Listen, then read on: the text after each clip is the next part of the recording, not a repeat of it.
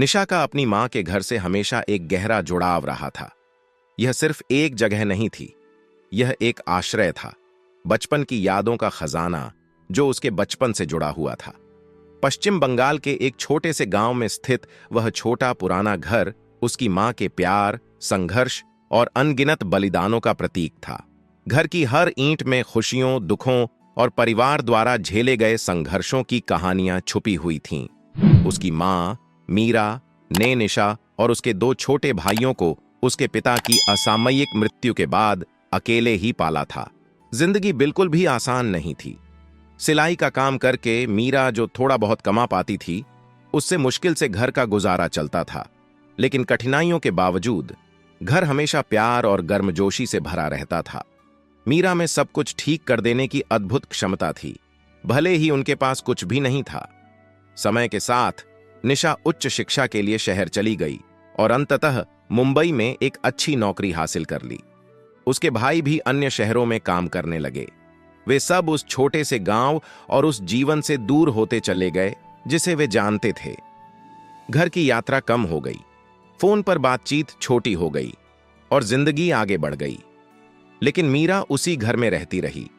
अपने बच्चों के लिए उसका प्यार अडिग रहा और उसका दिल गर्व से धड़कता रहा। हालांकि वह घर जो कभी प्यार और एकता का प्रतीक था, अब बिखरने लगा था। मानसून में छत से पानी टपकता था, दीवारों में दरारें आ गई थीं और पेंट पूरी तरह से उड़ चुका था। मीरा, जो अब बूढ़ी और कमजोर हो चुकी थी, उसकी देखभाल वैसे नहीं कर पाती थी जैसे वह पहले करती थी। लेकिन उसने कभी शिकायत नहीं की, कभी मदद नहीं मांगी, भले ही उसके बच्चे अब शायद ही कभी आते या फोन करते थे। निशा अपनी तेज रफ्तार शहर की जिंदगी में इतनी व्यस्त थी कि उसने घर की धीरे धीरे होती हुई गिरावट या अपनी मां की सेहत को नोटिस नहीं किया। अपनी मां को फोन करना अब उसके लिए एक कर्तव्य बन गया था, न कि दिल से बात करने की कोशिश। निशा अक्सर खुद को यह समझाती थी कि उसकी मां ठीक है और अगर कोई समस्या होती तो वह फोन करती। लेकिन अंदर ही अंदर वह जानती थी कि वह सिर्फ उस अपराध बोध से बच रही थी जो उसे महसूस होता था, क्योंकि वह उस महिला के लिए वहां नहीं थी जिसने उसके लिए सब कुछ कुर्बान कर दिया था। एक दिन गांव से एक फोन आया। यह उनकी पड़ोसी श्रीमती रॉय का फोन था, जो हमेशा मीरा के करीब रही थीं। उनकी आवाज कांप रही थी जब उन्होंने निशा को बताया कि उसकी मां चुपचाप अपनी नींद में चल बसी। यह खबर निशा पर जैसे बिजली की तरह गिरी। वह तुरंत गांव की ओर दौड़ी। उसका दिल दुख और पछतावे से भारी था। अब वह घर कुछ अलग सा लग रहा था, जिसमें कभी जो गर्मजोशी और प्यार था वह अब नहीं था। दीवारें ठंडी थीं, कमरे खाली थे। निशा घर के हर कमरे से होकर गुजरी। यादें उमड़ पड़ीं। उसकी मां की हंसी, रात में सिलाई मशीन की आवाज, ताजे बने खाने की खुशबू। लेकिन अब यह सब खत्म हो चुका था, बस एक खाली खोल छोड़ गया था। जब उसने अपनी मां के शयन कक्ष में प्रवेश किया तो उसने बिस्तर के पास एक पुरानी डायरी देखी। उसने उसे उठाया और जैसे ही उसने पन्ने पलटे, उसकी आंखों में आंसू भर आए। डायरी में उसकी मां ने अपने बच्चों के लिए पत्र लिखे थे, जिसमें उन्होंने अपने प्यार, उनके जीवन में मिली सफलताओं पर गर्व और उन्हें अधिक बार देखने की इच्छा व्यक्त की थी। उसने शायद यह पत्र कभी नहीं भेजे, शायद इस डर से कि वह उन पर बोझ न बन जाए। एक प्रविष्टि पर निशा की नजर पड़ी। यह उसकी मां की मृत्यु से ठीक एक सप्ताह पहले की थी। घर पुराना हो रहा है मेरी तरह।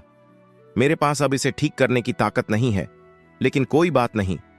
इस घर ने बहुत सारा प्यार देखा है और यही सबसे महत्वपूर्ण है। काश मैं अपने बच्चों को आखिरी बार देख पाती।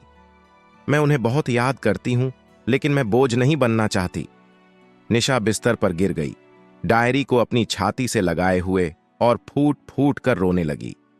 यह एहसास कि उसने अपनी मां की कितनी उपेक्षा की थी और उस घर की जो उसकी मां के प्यार का प्रतीक था, उसे सहन करना मुश्किल था। वह अपनी जिंदगी में इतनी उलझी हुई थी कि उसने उस महिला की चुप्पी में छिपे दर्द को नहीं देखा, जिसने उसे सब कुछ दिया था। अंतिम संस्कार एक साधारण सा समारोह था, जिसमें कुछ गांव वाले ही शामिल हुए थे जिन्होंने मीरा को जाना और प्यार किया था। निशा और उसके भाइयों ने उस घर को बेचने का फैसला किया, जो उनके लिए अब केवल दुख भरी यादें छोड़ गया था। लेकिन जब निशा ने आखिरी बार उस घर के सामने खड़ी होकर उसे देखा तो उसे अपराध बोध का एहसास हुआ। उसने महसूस किया कि यह घर, उसकी मां का घर, सिर्फ एक इमारत नहीं था, यह उसका एक हिस्सा था, उसकी मां का वह हिस्सा जिसे उसने हमेशा के लिए खो दिया था। जैसे ही नए मालिक अंदर गए, निशा वहां से चली गई, यह जानते हुए कि वह कभी सचमुच इसे छोड़ नहीं सकेगी। वह घर अब भले ही उसका नहीं था, लेकिन उसकी यादें, उसका प्यार और उसका पछतावा हमेशा उसके साथ रहेंगे। फिर मिलते हैं एक नई वीडियो के साथ। तब तक आपका ख्याल जरूर रखिए और मेरे चैनल को जरूर से सब्सक्राइब, शेयर और लाइक कीजिए।